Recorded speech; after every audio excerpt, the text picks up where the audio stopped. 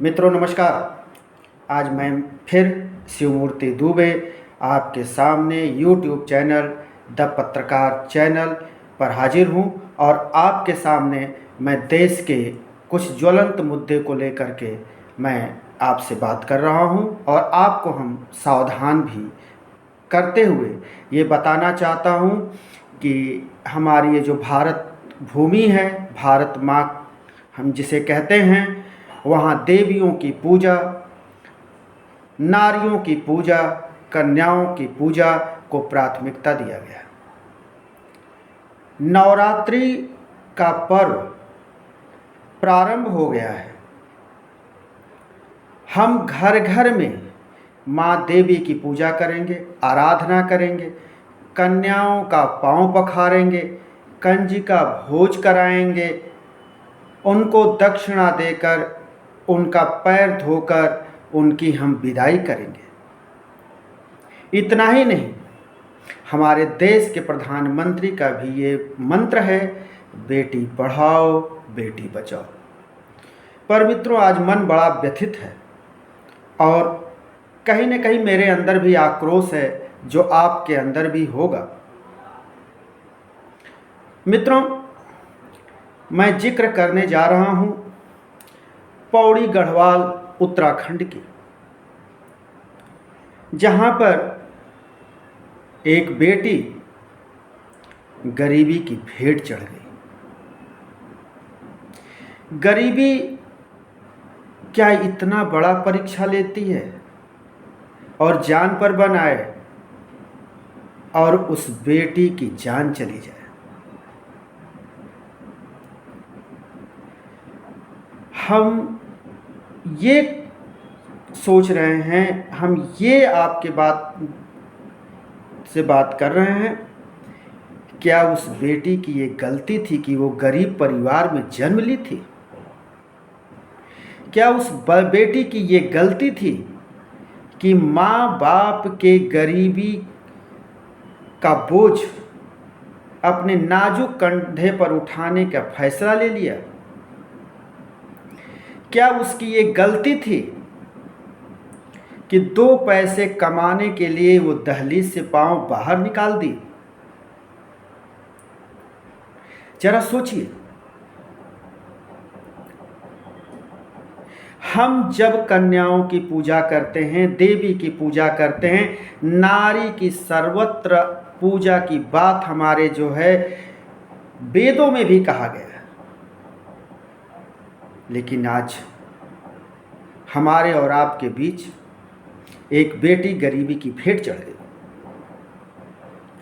मित्रों, मैं बात कर रहा हूं अंकिता भंडारी की, उत्तराखंड की।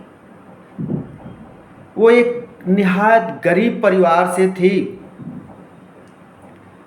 उसके पिता के कार्य छूट गए थे, काम करने में असमर्थ हो गए थे। उम्र की उनके ऊपर ऐसा समय आया कि वो काम करने लायक नहीं रहे।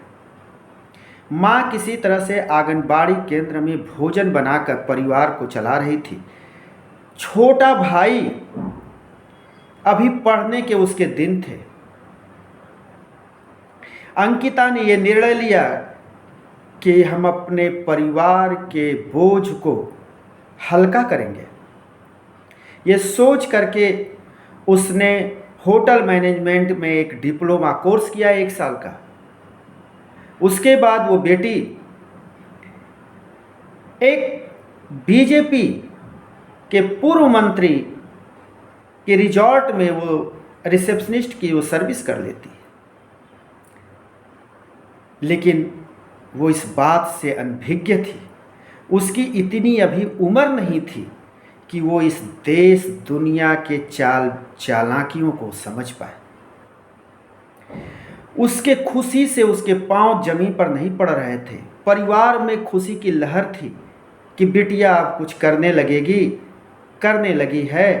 अब परिवार का बोझ कम होगा और घर के खर्चे चल निकलेंगे। लेकिन वो नहीं जानती थी कि उसके पीछे हैवान है, और ऐसे हैवान जो उसके ऊपर गिद्ध दृष्टि लगाए बैठे थे। उसको नोच खाने को तैयार थे। और वो था पुलकित आर्य, जो उस रिजॉर्ट का मालिक था। अभी वो बिटिया चंद दिनों पहले, अभी उसने 1 महीने भी पूरे नहीं किए थे, उसने कोई वहाँ से पेमेंट नहीं लिए थे, उसके कोई तनख्वाह भी नहीं मिली थी, और वो बिटिया काल के गाल में शैतानों के चलते समा गई।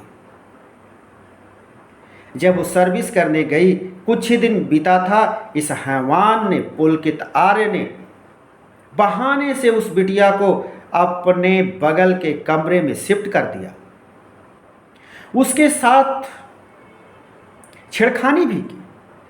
लेकिन जब वो लड़की हिम्मत से खड़ी हुई तो इसने चालबाजी से उससे माफ़ी मांग ली कि मैं नशे में था। फिर भी वो नहीं समझ पाई इसके चाल को, लेकिन वो समय समय पर अपने एक मित्र को बताती रहती थी कि देखो यहाँ सही नहीं है, मैं काम नहीं करना चाहती, मेरी गरीबी भले ही है लेकिन मैं 10,000 में बिकना नहीं चाहती। लेकिन ये हैवान उसके पीछे पड़ा था। ये चाहता था कि मेरे यहाँ जो वीआईपी गेस्ट आते हैं, जिनसे हमको उगाही करनी है, जिनसे हमको मोटी रकम पानी है, उसके लिए ये विशेष सर्विस दे। विशेष सर्विस यानी देह दे। उसे देह व्यापार कराना चाहता था। लेकिन वो बिटिया अंकिता लगातार इसका विरोध कर रही थी। जब उससे रहा नहीं गया तो उसने कहा कि मैं तुम्हारे रिजॉर्ट की सारी सच्चाई खोल दूंगी। तब इस हैवान ने अपने मैनेजर के साथ, अपने असिस्टेंट मैनेजर के साथ उसको लेकर के निकलता है और उसको मारता है, पीटता है, इतना मारता है कि वो रोते रोते अपने जो रसोइयों को फ़ोन करती है रिजॉर्ट में कि मेरा भैया मेरा बैग बाहर रख दो, मैं आ रही हूँ और वहाँ से लेकर के चली जाऊँगी। लेकिन वो रसोइयाँ भी नहीं समझ पाया कि वो बिटिया नहीं आएगी, और इन हैवानों ने उसे मार कर नहर में फेंक दिया। ये 17-18 सितंबर की बात है। 10 दिन के बाद उसकी लाश मिली। उसके बावजूद बीच में जब भी इन हैवानों से उसके मित्र और उसके घर वाले पूछते, ये उस बरगलाते रहते, कहते कि वो तो यहाँ रिजॉर्ट में आई नहीं, वो रिजॉर्ट से घर चली गई, मैं नहीं जानता। लेकिन जब कड़ाई से पुलिस पेश आई तो इन हैवानों ने अपनी हैवानियत को कबूल किया। ये पकड़े गए। लोगों ने इनकी लात घूसे से इनकी मलालत भी की। लेकिन क्या ये बात सोचने वाली नहीं है कि हम गरीबी तले इतने दब जाते हैं, गरीबी इतनी अभिशाप बन जाती है कि जान भी ले ले। जिस बिटिया ने अभी कुछ देखा ही नहीं, देश दुनिया समझा ही नहीं, बूढ़े माँ बाप का भरोसा बनने निकली थी, लेकिन इन हैवानों ने उसे अपने हैवानियत का शिकार बना दिया। मन व्यग्र है। इस देश में आए दिन इस तरह की घटनाएं घटती। आज प्रधानमंत्री जी मन की बात कर रहे थे। एक बिटिया का उन्होंने लंबा जिक्र किया। वो किसी बीमारी से पीड़ित है, गुजरात की रहने वाली है। वो योगा में काफ़ी निपुण है और योगा से उसने अपनी बीमारी को दूर किया। मैं उसे सलाम करना चाहता हूँ। लेकिन हमारे प्रधानमंत्री जी काश उस बिटिया का भी नाम लेते, अंकिता का भी नाम लेते, जो हैवानियत की भेंट चढ़ गई।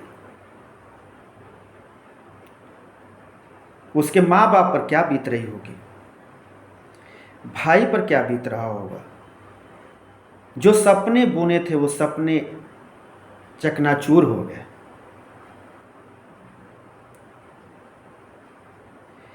क्या हम ऐसी स्थिति में पहुंच गए हैं?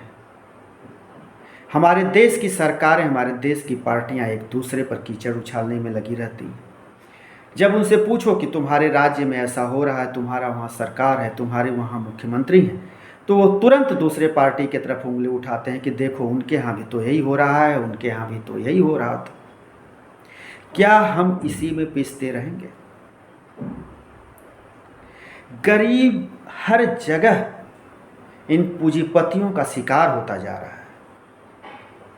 वो भागता है, मजदूरी करता है, इनके लिए क्या क्या नहीं करता है इन धन पशुओं के लिए, लेकिन उसकी जान की कीमत कुछ नहीं। पेट भर जाए यही बहुत है। वो गरीब ना अपनी कमाई से, अपनी मेहनत से न अपने बच्चों को खिला पाता है, न परिवार के लिए कपड़े ला पाता। और हम अपनी सरकार के प्रवचन को सुनते रहते हैं और तालियां बजाते रहते हैं। पीछे मुड़कर के अपने परिवार को नहीं देखते हैं कि हमारे परिवार में क्या दुश्वारियां हैं, कहाँ समस्याएं हैं, हम कैसे उसको दूर करें। ये नहीं देखते और भीड़ का हिस्सा बने रहते हैं। ये कब तक चलता रहेगा?